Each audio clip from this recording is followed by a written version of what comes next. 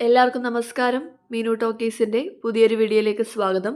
കേന്ദ്ര സർക്കാരിൻ്റെ കീഴിൽ സെൻട്രൽ റിസർവ് പോലീസ് ഫോഴ്സിലേക്ക് ഇപ്പോൾ വിവിധ പോസ്റ്റുകളിൽ ജോലി അവസരമുണ്ട്. 10ാം ക്ലാസ് യോഗ്യതയുള്ളവർക്ക് അപ്ലൈ ചെയ്യാവുന്നതാണ്. ടെക്നിക്കൽ ആൻഡ് ട്രേഡ്മാൻ പോസ്റ്റുകളിൽ മെയിൽ ആൻഡ് ഫീമെയിൽ കാൻഡിഡേറ്റ്സിന് അപ്ലൈ ചെയ്യാം. വേക്കൻസി ഏതൊക്കെയാണെന്നും ഡീറ്റെയിൽസും നോക്കാം. ഡെയിലി ഇതുപോലുള്ള ജോബ് വേക്കൻസികൾ അറിയാൻ ഇപ്പോൾ തന്നെ ഈ ചാനൽ മറക്കാതെ സബ്സ്ക്രൈബ് ചെയ്യുക. മിനിസ്ട്രി ഓഫ് ഹോം അഫയേഴ്സിൻ്റെ കീഴിൽ സെൻട്രൽ റിസർവ് പോലീസ് ഫോഴ്സിലേക്കാണ് വേക്കൻസി ഉള്ളത്. തസ്തികകൾ വരുന്നത് constable, technical and tradesman and pioneer ആണ്. അപ്ലൈ ചെയ്യേണ്ടത് ഓൺലൈനായിട്ടാണ്. അപ്ലൈ ചെയ്യേണ്ട ലാസ്റ്റ് ഡേറ്റ് മെയ് 19. ഇതിലേക്ക് ഫീമെയിൽ കാൻഡിഡേറ്റ്സിനും അപ്ലൈ ചെയ്യാവുന്നതാണ്.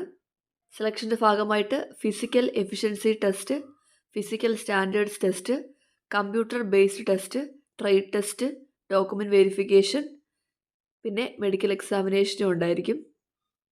ഇതിലേതെങ്കിലുമൊക്കെ ആയിരിക്കും സെലക്ഷൻ പ്രോസസ്സിൽ വരുന്നത്. ശമ്പളം ലഭിക്കുന്നത് പേ ലെവൽ 3 ആണ്. 21,700 മുതൽ 69,100 വരെയാണ്. ആകെ വേക്കൻസി 9,175 വേക്കൻസിയിലേക്കാണ് അപേക്ഷ വിളിച്ചിട്ടുള്ളത്.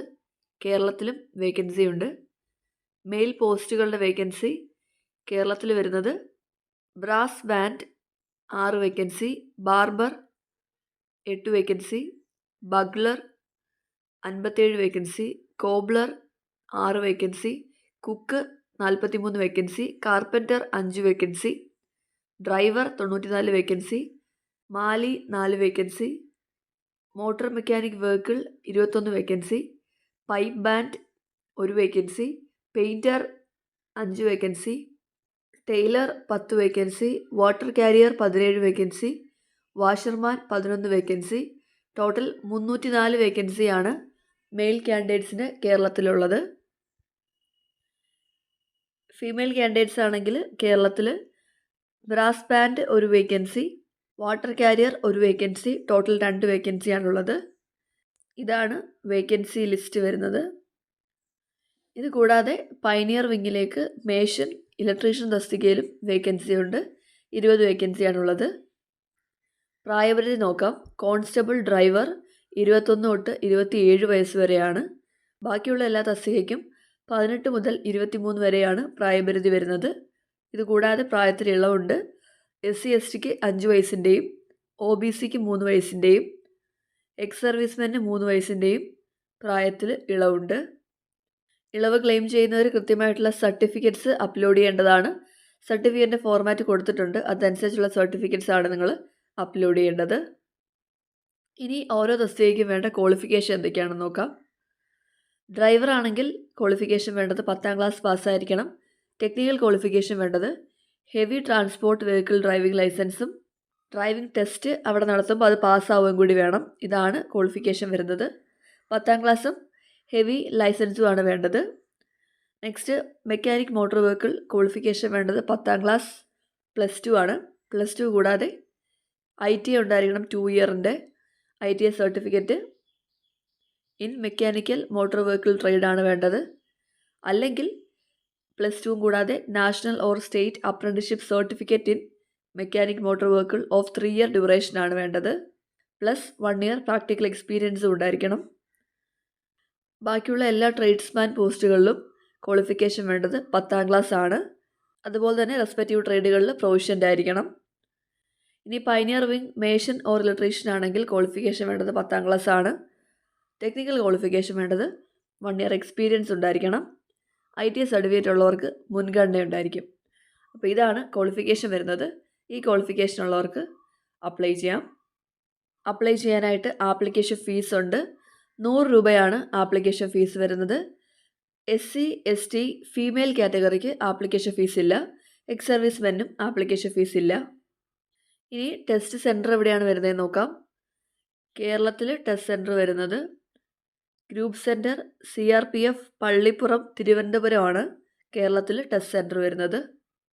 ഇനി എക്സാം സ്കീം എങ്ങനെയാണെന്ന് നോക്കാം. നമ്മൾ നേരത്തെ പറഞ്ഞ പോലെ തന്നെ ഫിസിക്കൽ എഫിഷ്യൻസി ടെസ്റ്റ് ഉണ്ട്.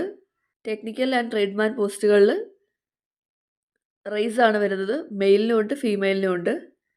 പൈനിയർ വിങ്ങിലേക്ക് മെയിൽ കാൻഡിഡേറ്റ്സിന് മാത്രമാണുള്ളത്. പിന്നെ ഫിസിക്കൽ സ്റ്റാൻഡേർഡ് ടെസ്റ്റ് ഉണ്ട്. മെയിലാണെങ്കിൽ ഹൈറ്റ് 170 സെൻറ്റിമീറ്റർ, ഫീമെയിൽ ആണെങ്കിൽ 157 സെൻറ്റിമീറ്റർ ഉണ്ടായിരിക്കണം.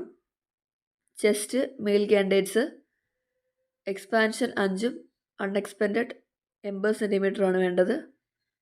പിന്നെ കമ്പ്യൂട്ടർ ബേസ്ഡ് ടെസ്റ്റ് ഉണ്ട്. ഇതിൽ വരുന്നത് general intelligence and reasoning 25 mark, general knowledge and general awareness 25 mark, elementary mathematics 25 mark, English or Hindi 25 mark. ഇങ്ങനെയാണ് എക്സാം വരുന്നത്. എക്സാം ലാംഗ്വേജ് ഇംഗ്ലീഷ് ആൻഡ് ഹിന്ദിയാണ്. നെഗറ്റീവ് മാർക്സ് ഉണ്ട്. എക്സാമിൻ്റെ സിലബസ് വിശദമായിട്ട് തന്നെ കൊടുത്തിട്ടുണ്ട്. ഇതനുസരിച്ച് പഠിച്ചാൽ മതി. അതുപോലെ തന്നെ ട്രേഡ് ടെസ്റ്റ് ഉണ്ടായിരിക്കും. ഓരോ തസ്തിക അനുസരിച്ചുള്ള ട്രേഡ് ടെസ്റ്റാണ് വരുന്നത്. പിന്നെ ഡോക്യുമെൻറ്റ് വെരിഫിക്കേഷൻ ഉണ്ട്. നിങ്ങളുടെ എല്ലാ ഡോക്യുമെൻറ്റ്സിൻ്റെയും ഒറിജിനൽ ഡോക്യുമെൻറ്റ്സ് കൊണ്ടുപോകേണ്ടതാണ്. ഒറിജിനലും കൊണ്ടുപോവുക, സെൽഫ് അറ്റസ്റ്റ് ചെയ്ത ഫോട്ടോ കോപ്പിയും കൊണ്ടുപോകണം. എന്തൊക്കെ ഡോക്യുമെൻറ്റ്സ് ആണെന്ന് നോക്കാം. 10ാം ക്ലാസ്സിൻ്റെ സർട്ടിഫിക്കറ്റ്, ഡൊമിസൈൽ സർട്ടിഫിക്കറ്റ്, എക്സ് സർവീസ്മാനൊക്കെ ആണെങ്കിൽ അതിൻ്റെ സർട്ടിഫിക്കറ്റ് ഉണ്ടായിരിക്കണം, കാസ്റ്റ് സർട്ടിഫിക്കറ്റ്. ഈ സർട്ടിഫിക്കറ്റിൻ്റെയൊക്കെ ഫോർമാറ്റ് കൊടുത്തിട്ടുണ്ട്. ആ ഫോർമാറ്റ് തന്നെ വേണം നിങ്ങൾ അപ്ലോഡ് ചെയ്യാനും നേരിട്ട് കൊണ്ടുപോകാനും.